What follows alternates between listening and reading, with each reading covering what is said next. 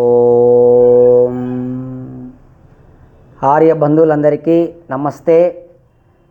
మనం ఇక్కడ ఆర్య సమాజ మూరోడ్ల సెంటర్ మోరగుడి జమ్మలమడుగు ద్వారా యూట్యూబ్ ఛానల్ ప్రతిరోజు వేద సందేశాలు పరమాత్ముని జ్ఞానాన్ని యూట్యూబ్ ద్వారా తెలియజేస్తున్నాం.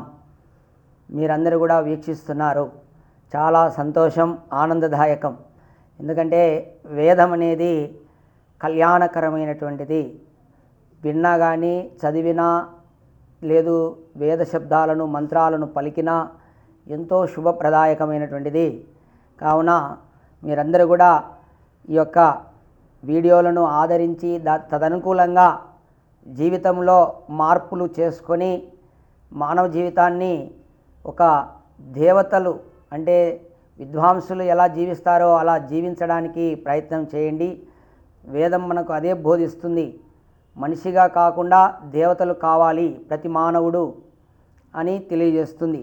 కావున మీరందరూ ఈ ఛానల్ను సబ్స్క్రైబ్ బాగా చేయించండి. అలాగే వీడియో చూసిన తర్వాత లైక్ చేయండి, కామెంట్ కూడా పెట్టండి. ఎలా ఉంది వీడియో, మీరు ఏం తెలుసుకున్నారో ఆ వీడియోలో ఎంత బాగుంది అనే విషయాన్ని తెలియజేయండి. ఆ తర్వాత సబ్స్క్రైబ్స్ను చేయించండి, ఎక్కువగా పెంచేయండి. మీ స్నేహితులతో బంధువులతో కూడా ఈ ఛానల్ను బాగా సబ్స్క్రైబ్ చేయించండి. ఎందుకంటే వేదము పరమేశ్వరుని జ్ఞానం. ఇది ఈ జ్ఞానం లేకనే అనేక దేశాలు ఒకరి మీద ఒకరు దాడులు చేసుకుంటూ యుద్ధము చేసుకుంటూ చంపుకుంటూ నరం మీద ఘోరంగా జరుగుతూ ఉంది. అనేక మతాలు విజృంభిస్తున్నాయి. కారణం ఏమిటి? వేదధర్మ ప్రచారం లేకపోవడం వల్లనే. ఎప్పటి వరకు వేదధర్మ ప్రచారం ఉందో అప్పటి వరకు ప్రపంచం అంతా మానవులందరూ ఒకటే ధర్మాన్ని పాటించేవారు, వేద ధర్మాన్ని. దాని తర్వాత ప్రచార లోపం వల్ల అనేక మతాలు వ్యాపించాయి. కావున మీరు అందరూ కూడా ఈ యొక్క ధర్మాన్ని మీరు కూడా మీ శక్తి మేరకు ముందుకు తీసుకెళ్ళడానికి మాతో మీరు కూడా భాగస్వాములయ్యి ముందుకు నడవండి. ఇదే నా యొక్క మీకు కోరిక, విన్నపం. తర్వాత ఈరోజు మన వేద మంత్రము చూడండి. ఇక్కడ ప్రతిరోజు వేద మంత్రం గురించి చెప్తున్నాం. వేదములో చెప్పబడినటువంటిది అది మానవునికి ఆచరణీయమైనది. దాన్ని ఇంకా సంశయపడద్దు. వేదంలో చెప్పిందంటే నువ్వు ఆచరించు. ఆజ్ఞావాచకం వేదమంతా కూడా. నువ్వు ఇట్లా పోవాలంటే పోవాలంతే, ఇంకా మళ్ళీ దాన్ని సంశయపడద్దు. అది వేదం అంటే. వేదం యొక్క శక్తి అంత గొప్పది. ఆజ్ఞావాచకం వేదం అనేది.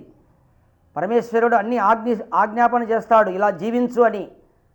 అలా మనం జీవించాలి. కాబట్టి ఇక్కడ ఈరోజు వేద మంత్రం చూడండి. ఓం సక్తుమివాతిత ఉనాపునంతో యత్ర ధీరా మనసా వాచమక్రత ఆత్రాసకాయః సఖ్యాని జానతే భద్రైషాం లక్ష్మీర్నిహితాదివాచీ. ఋగ్వేద మంత్రము. ఇక్కడ భావార్థము చూడండి. జల్లెడతో పిండి వగైరాలను బాగు చేసినట్లు మనన సాధనమైన మనస్సుతో వాని శుద్ధము పవిత్రము చేయబడును.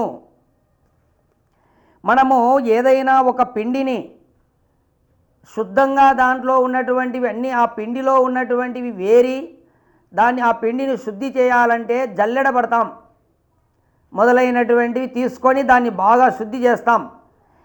అట్లనే మన వాణి, మన వాక్కు పవిత్రం కావాలా, శుద్ధి కావాలా అంటే మనన సాధనమైనటువంటి మనస్సుతో నీ వాణి శుద్ధి అవుతుంది.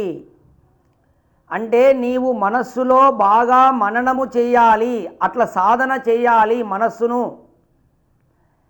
మనస్సును ట్రైనింగ్ ఇవ్వకుండా నీ వాక్కు శుద్ధి కాదు, పవిత్రం కాదు.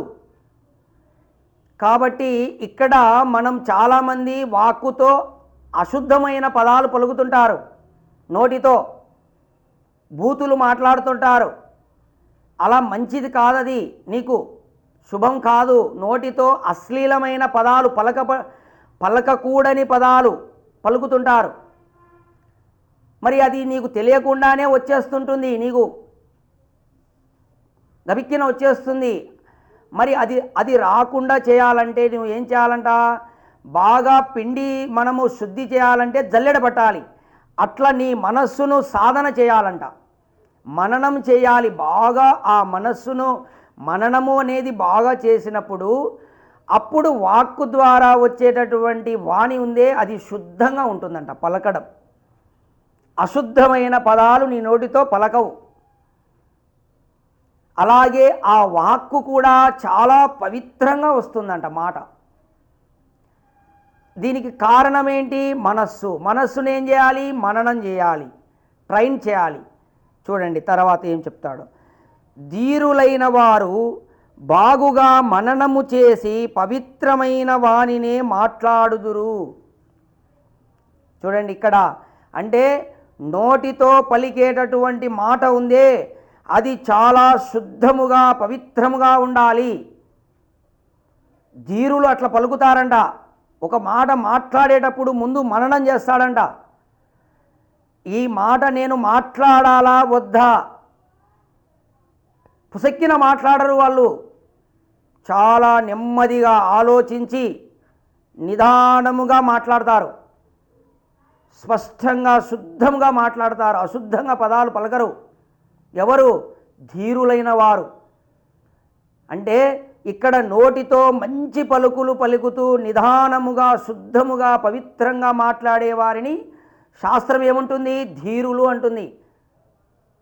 అది ఊరికనే రాదు ఎవరికి. బాగా మాట్లాడే ముందరగా మననం చేయాలి.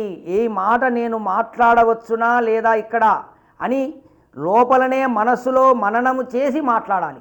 అది ధీరులు చేసే పని. ఇక వారి యొక్క వాణిలో లక్ష్మి నివసించుచుండును. చూడండి, వాక్కులో లక్ష్మి అనేది ఉంటుంది. మీరు మాట్లాడే మాటలో లక్ష్మి నివసిస్తుంది. ఎప్పుడు? అది శుద్ధముగా పవిత్రమైనప్పుడు లక్ష్మి ఉంటుందంట ఆ వాక్కులో. మీరు కూడా బయట ఎవరికి దగ్గరికైనా అప్పుకు పోండి, ఎట్లా పడితే అట్లా మాట్లాడితే మీకు అప్పులు దొరుకుతాయా? దొరకవు. మరి మనము చాలా వినయంగా ఎలా మాట్లాడితే మనకు అవతలి వాని నుంచి అప్పు దొరుకుతుందా లేదా అన్ని జాగ్రత్త పడి మాట్లాడతాడు కదా. పోయి ఊరికే ఏం నారాయణరెడ్డి ఇస్తావా ఇవాళ లెక్క అని గట్టిగా అడుగుతాడు. అడిగితే లేదు పోంటాడు.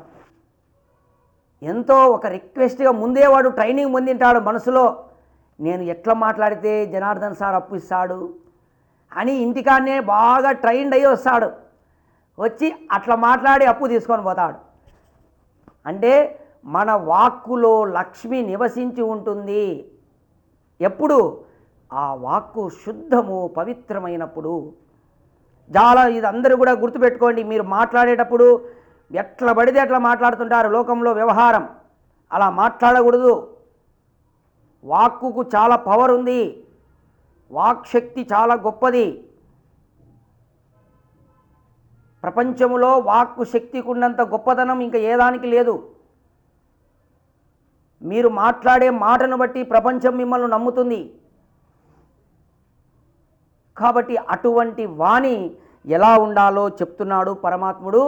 ఆ వాణిలో లక్ష్మి నివసించి ఉంటుంది. కాబట్టి మాట దుబారగా మాట్లాడకండి.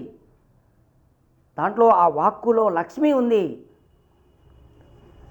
ఇక చూడండి, పిండిని జల్లెడబట్టి శుద్ధి చేయుట ఎట్లు కష్టమో వానిని శుద్ధము చేయుట పవిత్రము చేయుట కూడా చాలా కష్టం. మనము పిండిని శుద్ధి చేయడానికి జల్లెడతో చాలా కష్టం అండి. అది చాలాసేపు ఇట్లా అంతా చాలాసేపు అనాలి. అది అట్లనే మన వాక్కును కూడా శుద్ధి చేయడం అనేది చాలా కష్టమైన పని. అది అంత ఈజీ కాదు. మీరు విన్నంత ఈజీ కాదు. దాన్ని చాలా సాధన చేయాలి. వాక్కును శుద్ధి చేయడం అంటే మనసులో చాలా సాధన చేయాలి. చాలా కష్టమైనటువంటి పని. దాన్ని బాగా ట్రైన్డ్ చేయాలి. ఎక్కువ అంతర్ముఖులు ధ్యానం చేసేవారికే సాధ్యం. అది అంతర్ముఖ సాధన చేయాల. మనస్సును ఎప్పుడు లోపలనే ఉంచాల, బాహ్యంగా పోనీయకుండా ధ్యాన నిమగ్నులైనటువంటి వారికి ఇది తొందరగా సాధ్యమవుతుంది. ఇక చూడండి, ధైర్యశాలురు ప్రజ్ఞావంతులు మనన సాధన ద్వారా వానిని నిర్దోషము నిర్మలము చేయుటకు ప్రయత్నింతురు. అయితే ఇక్కడ దీన్ని ఎవరు అలా సాధన చేస్తారు అంటే ధైర్యశాలురు, అలాగే ప్రజ్ఞావంతులు. ఈ విధంగా ఇట్లా ధైర్యశాలురు ప్రజ్ఞావంతులు అనేవారు ఈ మనన సాధన ద్వారా మనస్సును బాగా సాధన చేయడం మననం చేయడం ద్వారా వానిని నిర్దోషము దోషము లేనటువంటి వాక్కు, అలాగే నిర్మలం మలము లేనటువంటిది అశుద్ధమైనటువంటిది కాకుండా నిర్మలమైనటువంటిది అలా చేయుటకు ప్రయత్నింతురు. వారి వాణిలో కొన్నాళ్లకు అద్భుతమైనటువంటి శక్తి ప్రకటమగును. ఆ విధంగా చేయడం వల్ల ఏమవుతుంది, ఆ వాక్కుకు ఒక పవర్ వస్తుంది. అలా నువ్వు మాట్లాడంగా నీ వాణిలో ఒక పవర్ అద్భుతమైనటువంటి శక్తి ఉంటుంది వాక్కుకు. అప్పుడు ఇది చేయాలా నువ్వు అని అంటే వాడు చేస్తాడు. ఊరికి చెప్తే ఎవరు వినరు. వానిలో ఆ పవిత్రత అనేది మనము రావాలా. అప్పుడు నీ కుటుంబంలో అయినా సరే నువ్వు 10 మంది ఉండని, నీవు అట్లా వాణిని గిన నువ్వు ప్రయోగించి ప్రయత్నం చేసి సాధించి శుద్ధమైన నిర్మలమైన వాణి పెట్టుకున్నావనుకో, కుటుంబంలో 10 మంది నీ మాట వింటారు. ఆ వాణిలో అటువంటి ఒక అద్భుతమైనటువంటి శక్తి ఉంటుంది. చాలామంది నా కొడుకు నా మాట వినలే, నా మనవడు నా మాట వినడు, నా కోడలు నా మాట వినదంటే ఎట్లా వింటుంది? నువ్వు మనస్సును ఎప్పుడైనా సాధన చేశావా? వాక్కులో పవిత్రత ఉందా? నీ వాక్కులో శుద్ధత్వం ఉందా? నీ వాక్కులో ఉంటే వింటారు. ఎప్పుడు ఏ సాధన చేయలేను వాణిని నోటితో ఏం పడితే అది మాట్లాడినావు.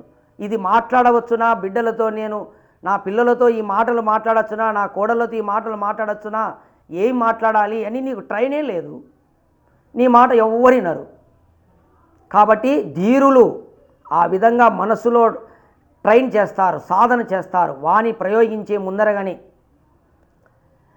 ఇక ఆ స్థితిలో వారు వానికి మిత్రులై శబ్దశక్తిని తెలుసుకొని సర్వ శబ్దములను తమ ఆత్మలలోనే గ్రహించి శబ్దార్థ సంబంధమును సాక్షాత్తుగా అనుభవింతురు. చూడండి, ఇలా వారు ఆ వాణితో మిత్రులై ఆ వాణి వారికి మిత్రత్వం అవుతుంది. అటువంటి మంచి వాణి ప్రయోగించినప్పుడు వాళ్ళకి అది స్నేహం, ఆ వాక్కు అతనికి స్నేహపూర్వకంగా ఉంటుంది.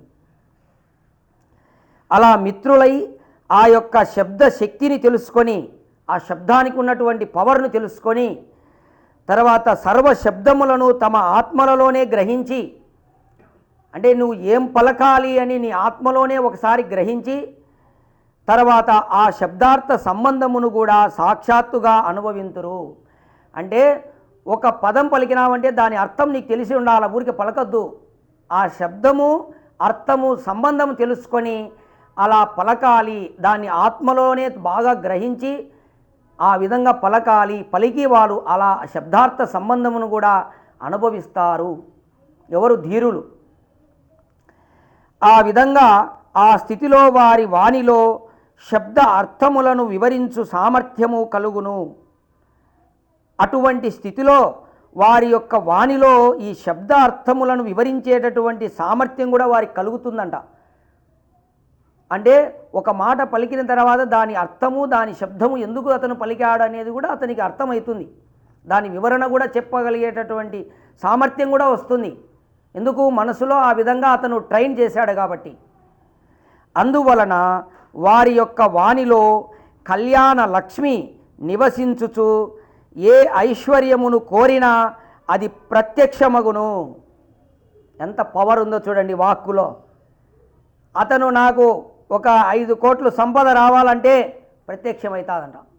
లక్ష్మి అంటే లక్ష్మి ధనమే కాదు, ఏదైనా సరే ఈ సృష్టిలో ఉండే ఐశ్వర్యం. నాకు ఒక 100 మంది నీ మాట వినాలంటే వింటారు. ఎప్పుడు?